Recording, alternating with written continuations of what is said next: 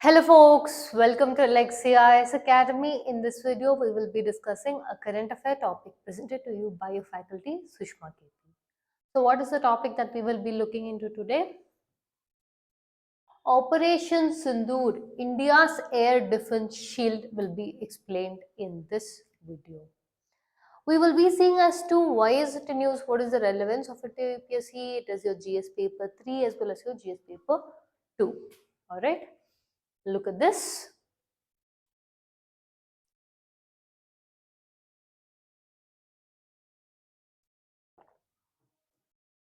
IAS Integrated Air Command and Control System IACCS is an automated command and control system that integrates data from all air defense assets to detect, identify, intercept and destroy hostile intruders. So today we will be seeing about our air defense system.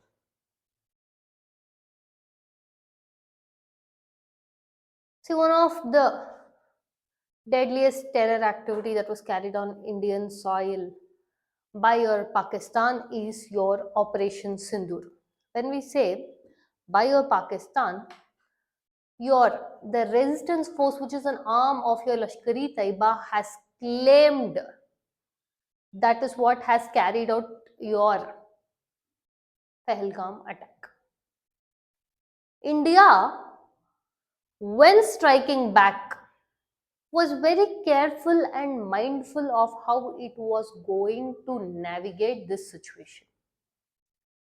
First and foremost, today if you see the news, your army chiefs have held that war is not like your Bollywood movie. When he tells that, there is a deep assessment from India's side, unless the reckless counterparts that we see. But from India's side, diplomatically and also a befitting reply should be given that India will not tolerate terrorism at the same point of time, not to enter into a full-fledged war, was in the very mind and apt of your Operation Sindoor when they struck the terror bases, the facilities which were breeding terrorism. Understanding? So India very selectively made sure it hit only the terror hotspots in Pakistan without targeting either Pakistan's civilian population or military bases. After conducting Operation Sindoor, it was very loud and clear to the international medium as well as Pakistan. The message was delivered from India telling that we have carried out counter-terrorism activity. In no way did we target civilian or military bases. But if Pakistan decides to escalate this and bring a war, India is completely and fully prepared for this. Understanding? Despite this, Pakistan has claimed no, this is a war started by India, even though India was trying to de-escalate the situation, after which Pakistan puts India in. Many a times, one instance I'll tell you.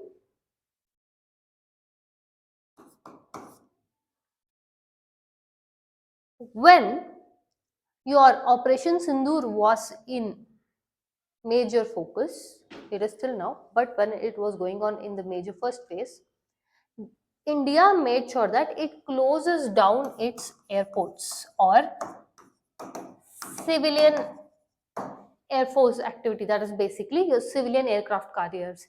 So they suspended all the activities. Your Pakistan purposefully made sure to test the India's air defense, to test India's strength. They shot up 400 drones.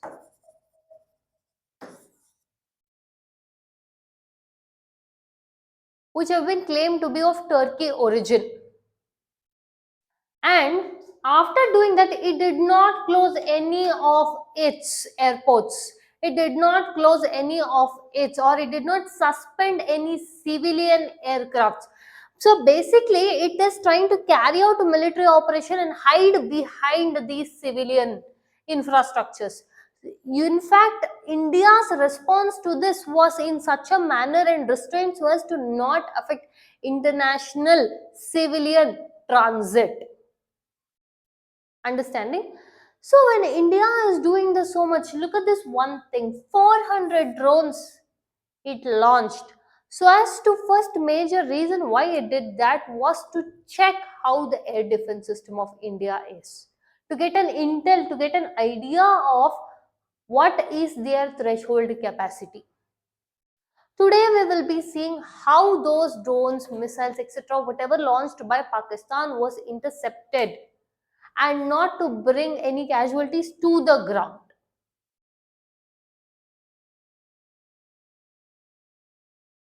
One of the main ways that we were able to do that is through an integrated air command and control system. Just for an understanding, look at this. Do you see this background? You see this almost 15-20 members are there. They are having a real-time data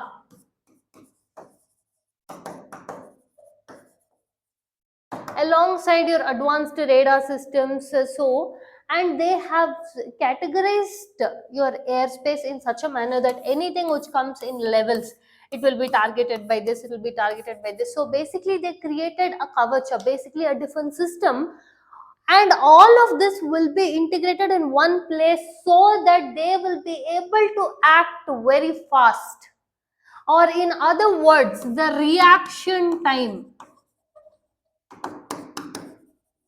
will become very less. That is, yes, now this drones are coming at this particular point of time from this, it is going to strike here. They will have very less reaction time, meaning the people on the ground, when they have to kill or when they have to give orders as to how are we going to intercept this missiles, how are we going to destabilize this, the reaction time is what matters the most, because this is directly proportional to your impact. Lesser the reaction time, lesser will be the impact. Higher the time you take to react, how are you going to decode this missile, how are you going to intercept this missile, the impact will be higher. With this integrated air command and control system, the reaction time is very less, indicating the impact is very less, indicating we were able to intercept all of their 400 drones is through this. You have to basically destabilize the threat or neutralize the threat. Look at the name itself, integrated, which means it's a collective joint, okay, information live feed where you are getting. Do you see this image? Live feed you are getting, coupled with real-time data and radars monitoring at every advanced radar system is there in your Indian Air Forces, which they are being able to use it. This all this culmination is your reaction time reduction. Okay. Furthermore, real-time feed produced by India's air defense assets were deployed towards creating an impenetrable shield, which is what your Pakistan was trying to test. Now, one thing with respect to your air defense system, why is it important to have an impenetrable air defense system or create a kavach? See, when I use this word kavach, there's also something in the railways that we use as kavach. In simpler sense, we say kavach means it is like a protection. Same is our air defense system, which provided us a dome of protection. Understanding?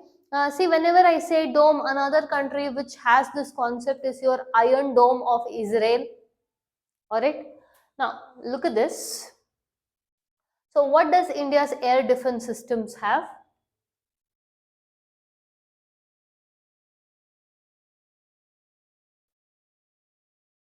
Radars, control center, defensive fighter jets, ground-based air defense missile that is based on, let's say if it is in this level, we can just use defensive fighter jets. Let's say if it is in the above level, then probably we have to use missiles, let's say small range missiles.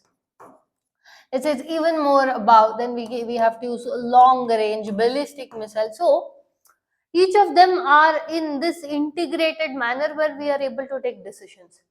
At the same point of time, even in your air defense system, usage of artillery and electronic warfare systems, integrating it together so as to bring in that you can neutralize a range of threats from sky, including enemy aircraft, drones, and missiles. Understanding? So this is all the most important aspects for an impenetrable air shield. Now this was built by your BAL, Bharat Electronics Limited. Recently it is also now Indian Army also has this kind of integrated system, but it is in a smaller scale compared to your air defense. Now, very recently in 2023, Indian Army has also signed almost 1,900 crores deal with BAL to build the same kind of integrated model for your Indian Army, and also a system wherein both Indian Army and your Air Force both will be basically able to integrate and collaborate the data well. Understanding? Your IACCS is an automated command where you can give more of your command while on course also.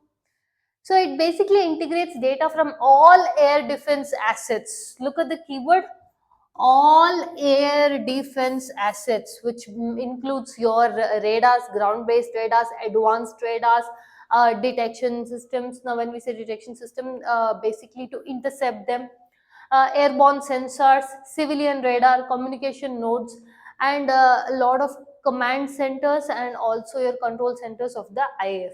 When all of these are brought under one integrated service, or all of these data you're having in one particular place, you don't have to go for different agencies to coordinate. You don't have to, because this is crucial times, and crucial times, like we said in the previous, reaction time is the most important. And in here, if you're trying to gather the information from here, from there, from that body, from this body, you're trying to coordinate, it becomes an uphill task.